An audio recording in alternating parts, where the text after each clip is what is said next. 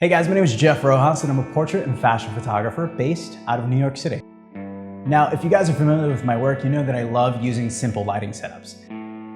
Today I'm going to show you guys how to use two speedlights to create a dramatic portrait just using two honeycomb grids. Now, you won't need a ton of space to replicate this photograph, so it's something you can easily do on location or in a mobile studio. Now, my favorite thing about using the Rogue 3-in-1 flash grids is that they easily fit into a camera bag, so you don't have to lug around a ton of gear. They easily fit into your backpack. And for this specific image, what I'm looking for is a really dramatic portrait of Rohani and separation from our background using those two lights. It's a very simple setup. All we're using is two lights. We're going to go ahead and use a Rogue 3-in-1 flash grid on the front, a Rogue 3-in-1 flash grid on the background to separate our subject from that background. Both of them are 45 degrees.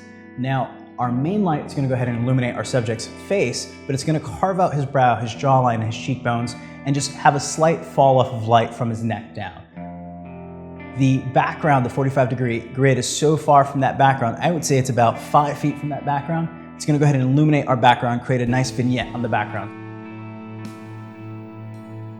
Now, if you're familiar with the way that grids work, you know that they prevent light from spreading out from the source. So the smaller the degree that I use, the more concentrated that light's going to be. And the larger degree I'm going to go ahead and use, it's going to go ahead and give me a broader area of light.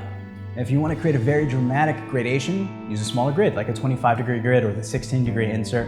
Now, larger grid value, again, that 45 degrees is going to create a larger spot. So it's going to create a larger area on that background. And because this light is so close to our subject, it's lighting the majority of his face, but still carving out his features.